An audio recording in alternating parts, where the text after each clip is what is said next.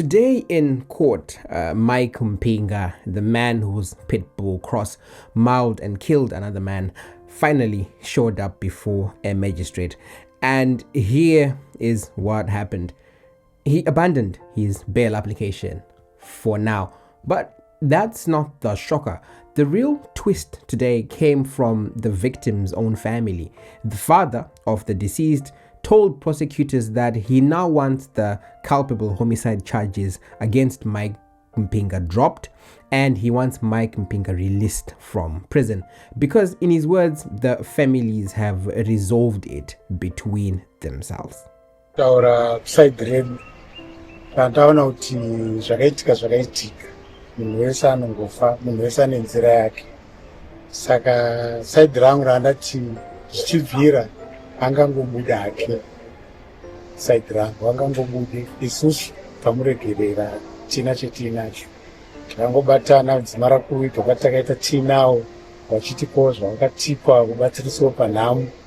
Saka side rangu semubereki aiwa nangoti aiwa ndakusunungura handisina chinhu naye zvokubuda tingamukwanisa kuti inini ndingamazomutaura kuti ndabuda ndasvika kuuya pamba sepano paitika tsaona asi vakazogarisana pasi vachibva vauya pamba vachibva tangobatana nawo tichibva takufambirana nawo kutanga kwebasa nekuviga kwomwana. Yes, you heard that right. A man is dead, killed by a vicious dog, and now the families, they've now settled. Now, let's pause for a moment though. Can you actually withdraw homicide charges like it's a civil debt? I put that question to a lawyer, and here's what he told me, and I quote, "Crimes of universal jurisdiction cannot be withdrawn. Secondly, the actual victim cannot withdraw from the grave. However, anything is possible in Zimbabwe." That's scathingly chilling and brutally accurate. Let's be clear. Culpable homicide is not a private matter. It's a criminal charge. It belongs to the state, not to grieving families, not to community elders, and certainly not to the accused person. In any normal legal system, a homicide is a matter between the accused and the state. The family can forgive, but they can't withdraw charges.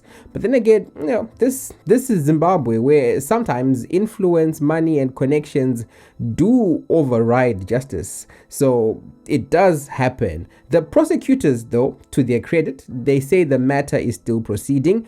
Mike Mupinga is due back in court on June 13 for routine remand.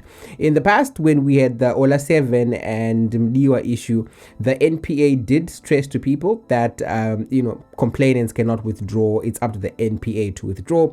So it falls in line with what they did tell us, that even though the families asked for withdrawal, they are likely not going to honor that. Now, what about the rape case that he's also facing? That part remains a little bit murky. He was set to appear in court yesterday to explain why he was skipping bail in that matter. We tried following up on that case, and we were told today that it has a security hold, whatever that means.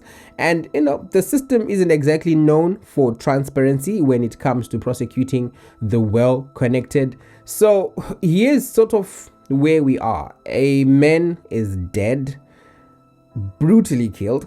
The accused person's dog did it. The accused was out on rape bail when it happened. The victim's family now wants to drop the case, and they want Mike Mupinga released, and the courts are still deciding. It's quite a lot about Mike Mupinga. So yesterday we reached out to Meborane police station after we found out that there is a constable Mupinga stationed there, same name as Mike Mupinga.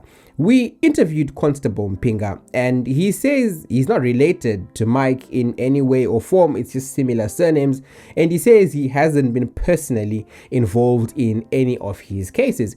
Constable Mupinga from Meborane police station told Dagap that on the day in question, that the mauling happened, he was off and he was heartbroken when he learned about the death. And while he's head of Mike Mupinga, he hasn't directly investigated him or interacted with him. He denied suggestions that he had influenced investigations in any way and told Dagup that as police, they do their part. They try to uphold the law, and after they do their part, it's up to the prosecutors and the justice system to stand up and ensure that victims get justice. We also spoke to Commissioner Paul Nyati, the spokesperson of the police. He promised to look into the issue of whether Mike Mupinga and Constable Mupinga are related, and he also promised to look at why Mike Mupinga keeps getting arrested and then let out, and that his friends were sent to investigate him. He said he'll get back to us.